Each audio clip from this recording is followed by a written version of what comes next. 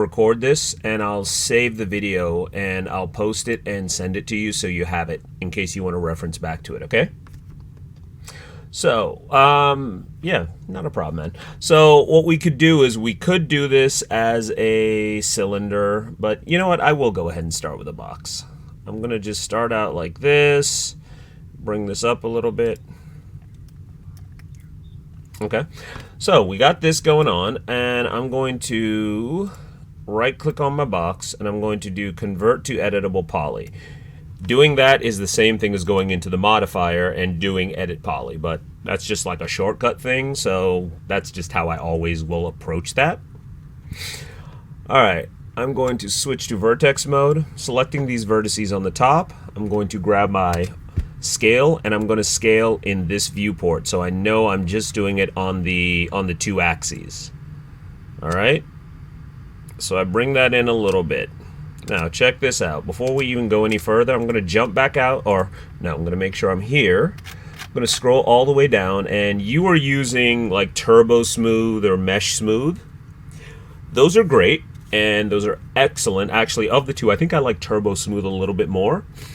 But given a choice, when I'm modeling, I actually like to scroll down right here and use NURM smoothing, which is right here, because it allows me to kind of jump back and forth. Yeah. I always try and keep my modifier list as light as possible, because the more modifiers, it's like in Photoshop, you know, the more layers you have, the more you're making the computer work. So if I can...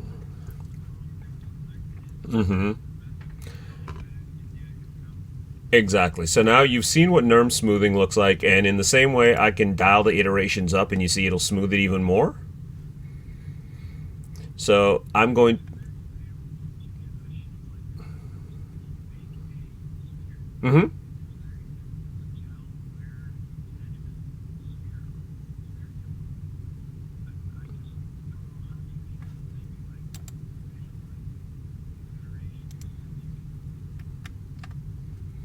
Well, yes. Right here, default shading.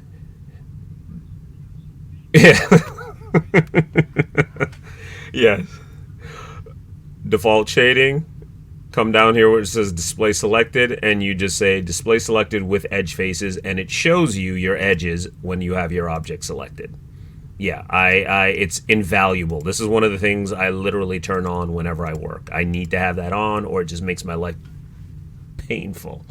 So, alright, now check it out. I'm going to turn this off because this is looking kind of egg-like, and our mushroom house bottom needs to be a little flatter. So that's where I'm going to come back in here and do just a little bit of work. I'm going to come in here to Edit Poly. I'm going to go to Edge. I'm selecting those edges, and I'm going to say, hey, cool, I would like to connect them right here. So it throws one connect in there. I'm going to hit G because I hate working with the grid on unless it's in the perspective viewport. So I'm going to throw one in here. Say that again. Yes, that's the connection. All right. Now check this out. I can also say, hey, I want two of those. And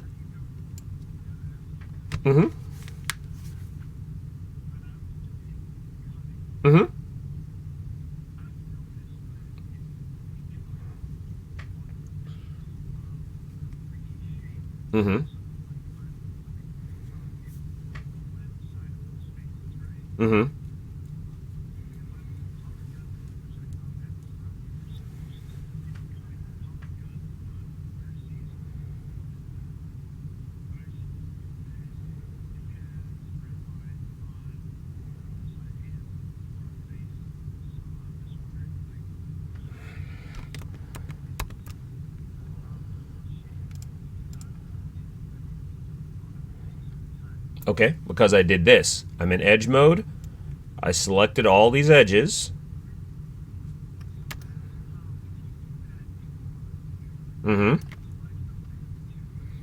Yes, if you go over it like this, it's going to select the front and the back. And that's one of that. Yes. Now there are occasions, once in a while, it might not do it. So that's why a lot of times, if you were to watch me just modeling something, you'll see me do something like this, and then immediately I'll do that, just to say, okay, yeah, got everything. I mean, 9 times out of 10, it'll select it all, but every now and again, I'm like, did it get it all? Let me make sure. So I've told it which edges.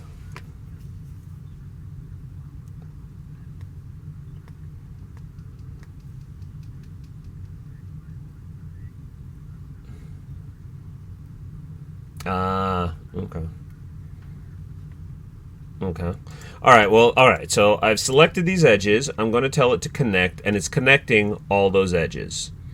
I'm actually going to tell it I want 2 connections, because I want a top and a bottom one.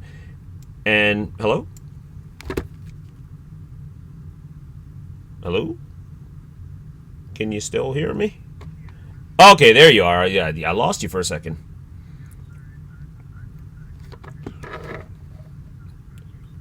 I understand. I understand. So, all right. So I told it I wanted 2 edges, and I'm going to go to this second area, and that allows me to push them out like that. The closer I get to the edge, the closer I get to this outer edge, the better it is for what I want, which is... Oh, hold on. I didn't mean to come out of the modifier. Check this out. Now, when I hit smooth, flattens that out. Okay?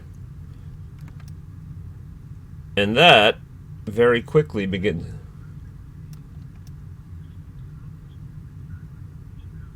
Exactly. And this is where you can really begin to get into refining it, where you can say, all right, cool. I actually want to... You can push this even further. So you could say, hey, let me take this edge, the bottom edge. I'm double clicking on this, and that selects all the way around that edge. And I can move it down even further. Well, for this one, all I did, yeah, I just double-clicked on it, and it selected that ring all the way around. So I can push it all the way down, so it's almost right at the bottom. And that, yeah, it's almost like making a really, really small bevel out of it. So I'm just looking at it and saying, okay, cool. I'm just refining this so I have something I can easily work with if I decide I want to maybe cut this out and create a doorway. All right. Now.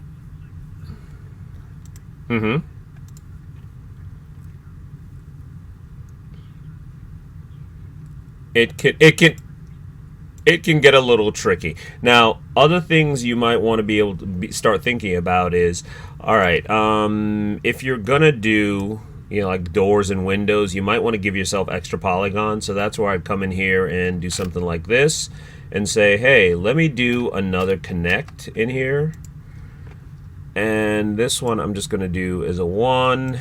I want that set to 0. I'm going to throw one in there, and I'd like to do one there also. And you'll see why I'm doing this in just a moment. So now I've done that. I have these other connections in there. And now I can do something like this, where I do vertex. I'm going to select those vertices, hold shift and select these. I'm going to select my scale, push that out a little bit.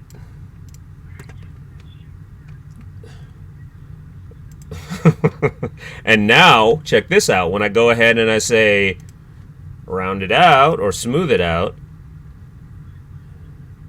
oh, I went back out here to edit poly, and I just scroll down to use NURM subdivision. Yeah, I'm just turning the smoothing on and off, and it allows me to do that kind of interactively as I'm modeling. Now, looking at this, I've also set myself up really well, because I'm going to say polygon. I'm going to select these polygons that I created up top, and check this out. This is where I'm going to get a little tricky again and say, all right, cool. I like the polygons. I'm going to extrude, and I'm hitting these settings because I want to extrude 0. All right, and by extruding 0, it's extruding right there in place. It's not pushing it out at all. So I did that because now I can say, cool, let me accept that. I'm going to switch to my scale tool, or I already have it selected, and I can push that out. And now I can come in here and say, okay, let me grab that bevel tool they were talking about. Push that up, scale it out a little bit, do it again, up and in, up and in. And as you can see, yep. Oh, stop it. And now, again, when I hit smooth, and as you can see, this versus yours in terms of poly count, I mean, I'm not even at an eighth of the poly count, but I already have something that looks pretty good, and we can easily still come in here and refine stuff if we decide, oh, you know what, I don't like how rounded this is as it comes around like here. Maybe I want that, I want a little more detail in there. Well, that's as simple as coming back in here and saying, okay, cool, I'm just going to grab these edges. I'm going to throw another connect in there. I'm going to slide that around. Bring it down here until it gets really, really close to that edge. I'm happy with it. I'm going to say cool, jump back up here. And now I have a little bit more of a lip right there. And better yet, since we started from a box and all we did was subdivide our box a little bit, everything is 4-sided polygons. I have no 3-sided polygons. I have no n-gons.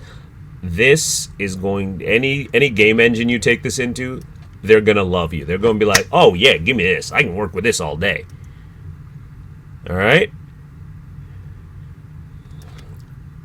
And then in terms of like a window, I mean, I'd kind of thrown it out there just as a random idea, but windows are pretty simple. It's going to be something like you take a box and you just come in here and you say, all right, cool. I'm going to draw out a window like so. All right, shoot.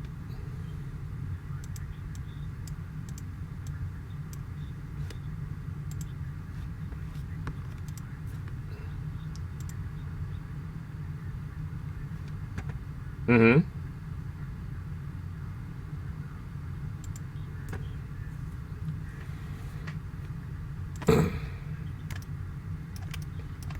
If you want.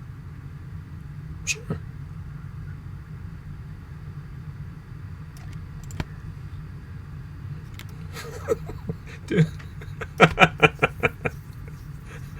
Well, that's the point. I'm supposed to be able to do this pretty quickly.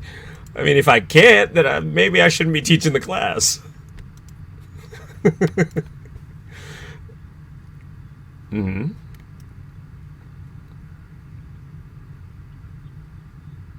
Mm-hmm.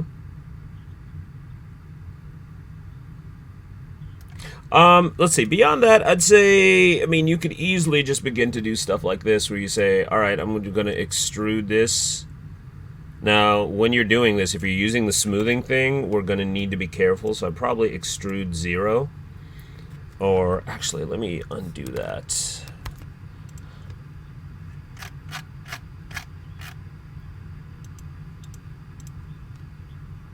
Mm-hmm. Oh, okay. That's probably because when you hit extrude, you're hitting extrude. I'm hitting the extrude settings box. See? Yeah, and so that's where I'd come in here and say, all right, let me do this. And I'm actually going to set this to 0. So it's extruded, but it's right there where the other faces are. And now I can come in here and say, all right, cool. I want to scale it down just a tiny amount and in just the tiniest bit. And now I can do another extrude where I push it in just a little bit.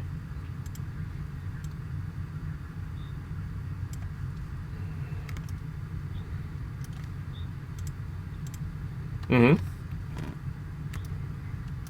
Mm-hmm. Oh, didn't mean to do that.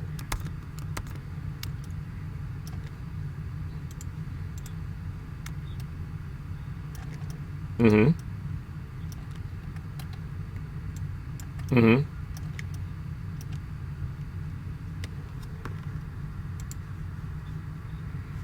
Yes. Yes, yes, yes, yes. Very important. Very, very important. Because it's one of the things I use constantly, as you can see. And now, as you can see right there, I'm setting up that little bit of a doorway.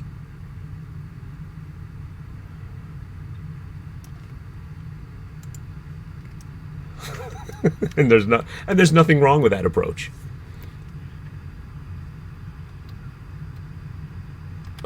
But you know, again, I'm supposed to be helping you get there and show you ways that you can begin to approach this and improve upon it. So, that, again, yeah, man.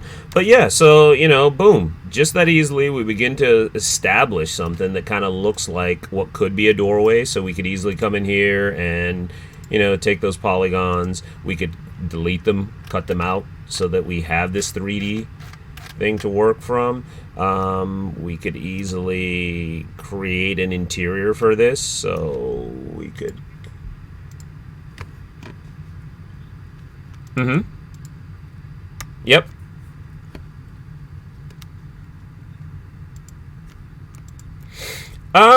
Well, for one, I'm kind of eyeballing it, but right now I know that it's flat. I pushed it back the amount I wanted to. So when I hit this extrude, I pushed it back. Well, it does. It can. I mean, when I extruded, I'm extruding a specific amount based on these settings.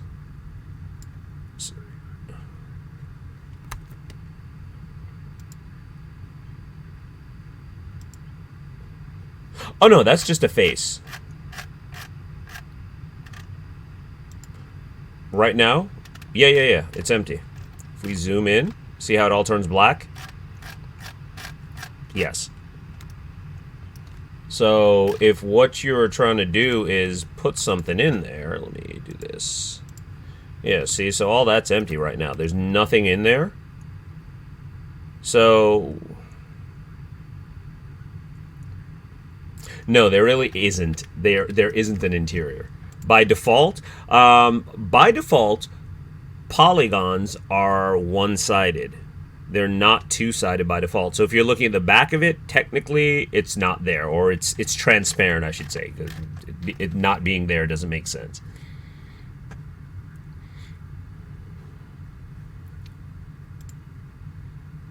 Mm-hmm. Mm-hmm.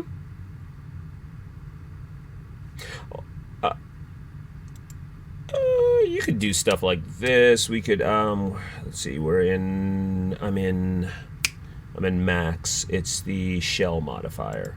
So you could do that, and that automatically creates the interior. And just like that, boom. Now you have an interior.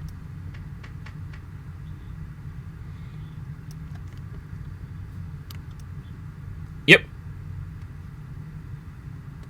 And now you have an interior, now you have an exterior. Oh, good, good. That's what I'm supposed to be doing. And again, I wouldn't even worry about the smoothing thing I showed you right now. Leave that out. Don't even think about that yet. Just concentrate on. Yeah, because we're just doing the low poly stuff right now. So don't even worry about the smoothing. Although, again, I mean, we could always, dial up the how much it smooths to really, really refine this. But if I'm being honest, don't stress yourself about that. I would just concentrate on getting that low poly thing going. Ooh, I think I hit that one time too many. It's probably gonna crash on me. Yeah. Yeah. Well, I got a little happy with the clicking. So it's gonna be like, oh, Leslie, you should have stopped while you were ahead.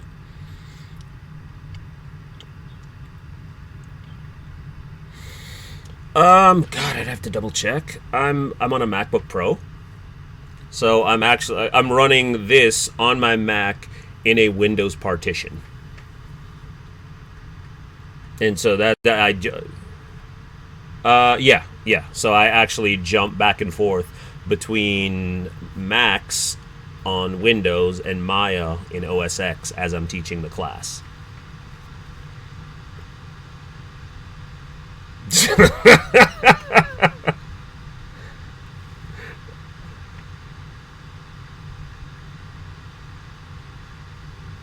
I probably shouldn't have been showing all that, but well, I picked this. They reached out to me and said, "Hey, something's going on with this class. We need you to take over this class. Can you add this to the other class you're teaching?" I was like, "All right, sure, why not?" So, yeah. All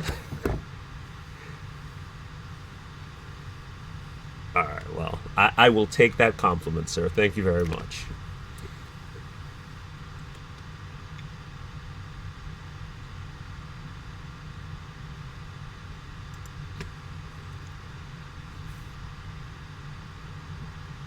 Dude, happy to help, man. Happy to help. Any other questions?